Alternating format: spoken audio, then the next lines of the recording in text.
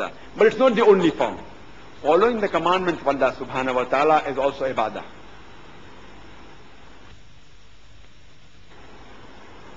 For example, abstaining from food which Allah subhanahu wa ta'ala has prohibited you from having, you are doing ibadah.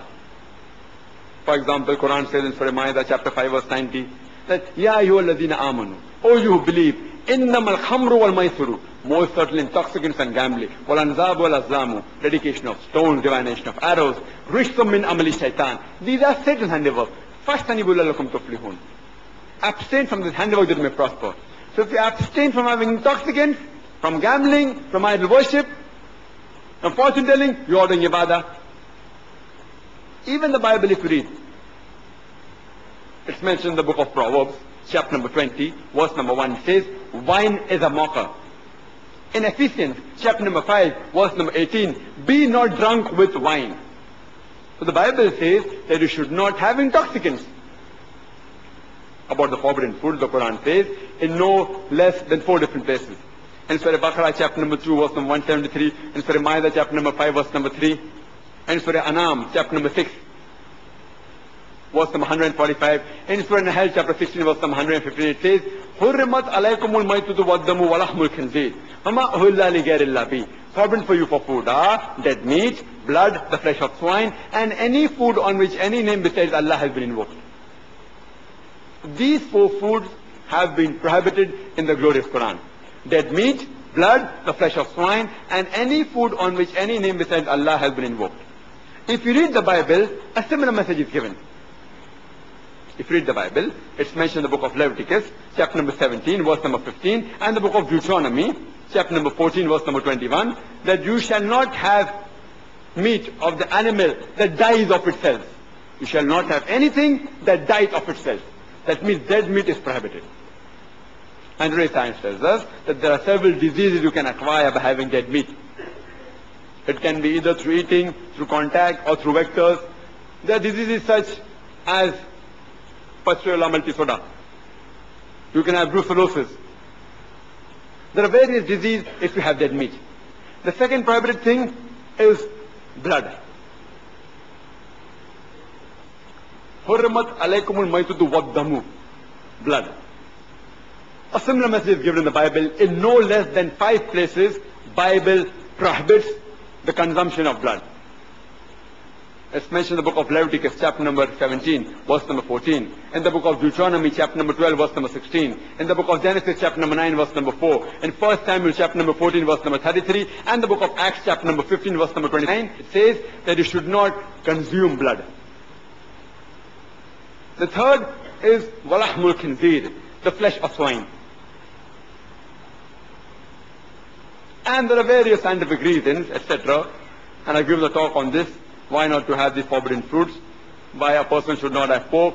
There are various diseases that you can acquire. And a similar message is even given in the Bible. If you read the Bible in the book of Leviticus, chapter number 11, verse number 7 and 8, it says that the swine, though it divides the hoof and are cloven-footed, yet it chews not the cud. Its flesh is unclean for you.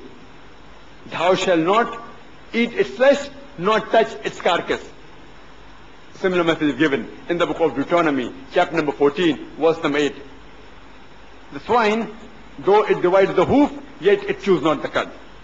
Thou shalt not eat its flesh, not touch its carcass. The same message is given in the book of Isaiah, chapter number 65, verse number 2 to 4 and 5, that flesh of swine is prohibited for you to have. وَمَا أُهِلَّ لِغَيْرِ اللَّهِ بِهِ. Any food on which any name besides Allah has been invoked.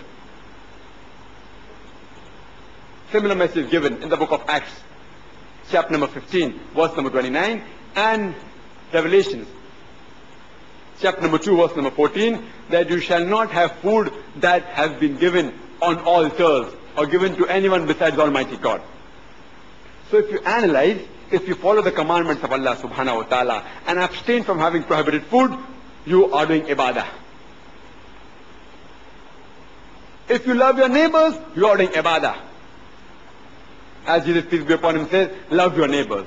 And Quran says in Surah Ma'un, chapter 107, verse number 1 to 7, أَرَيْتَ الَّذِي يُكَذِّبُ بِالدِّينِ فَذَلِكَ الَّذِي يَدُوقُ الْيَتِيمَ وَلَا يَحُضُّ عَلَى طَعَامِ الْمِسْكِينِ فَوَيْلٌ لِلْمُصَلِّينَ الَّذِينَ هُمْ عَنْ صَلَاتِهِمْ سَاهُونَ الَّذِينَ هُمْ يُرَاءُونَ وَيَمْنَعُونَ الْمَاعُونَ.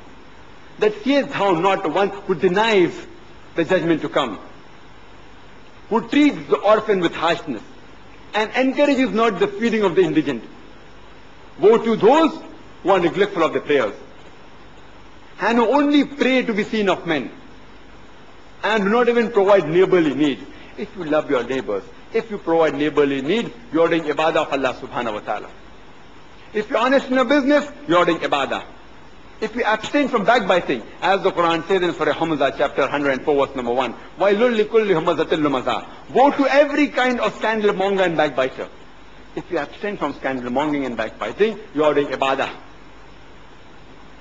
Besides worshipping Allah subhanahu wa ta'ala, the Quran says you should respect and love your parents. If you love and respect your parents, you are doing ibadah.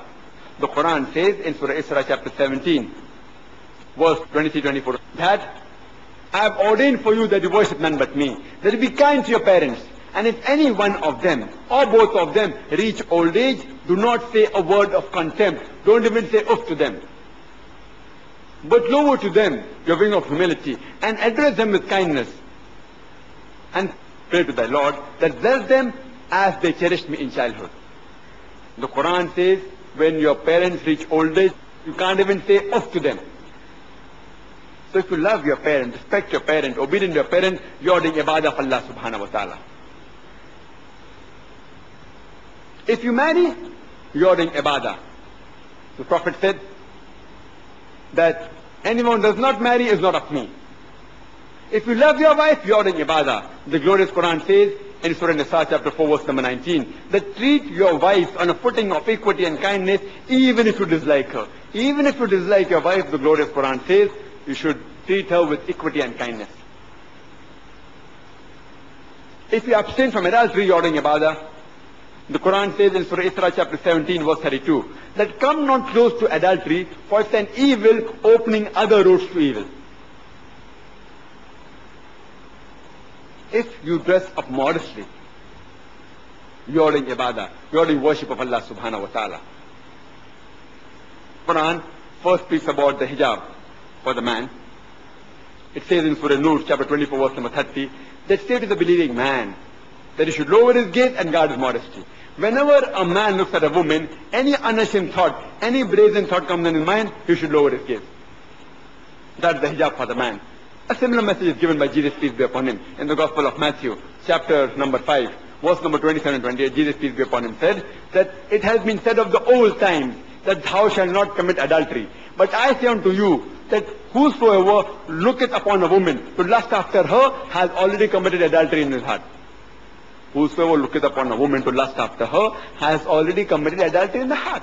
So Jesus, peace be upon him, also prescribed that you should not look at a woman and lust after her. The next verse of Surah Nur, chapter 24, verse number 31, describes the hijab for the woman. That say to the believing woman that she should lower her gaze and guard her modesty, and display not her beauty except what appears ordinarily of, and to draw her veil over the bosom, except in front of her husband, her father, her son, and a list of mahram, the clothes relatives which she can't marry is given.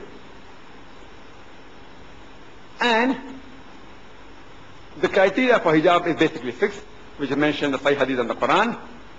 The first is the extent, which differs between the man and the woman. For the man, it's from the navel to the knee. For the woman, the complete body should be covered. The only part that can be seen are the face and the hands up to the wrist. If they wish, they can even cover this. The second is, the clothes that they wear should not be tight-fitting where it reveals the figure. Third, it should not be transparent so that you can see through. Fourth, it should not be so glamorous that it attracts the opposite sex. Fifth, it should not resemble that of the unbeliever. And last, it should not resemble that of the opposite sex. And the similar message is given in the Bible.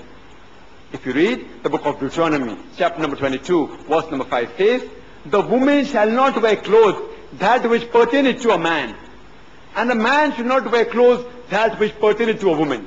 Same as the criteria of hijab. You should not wear clothes that of the opposite sex.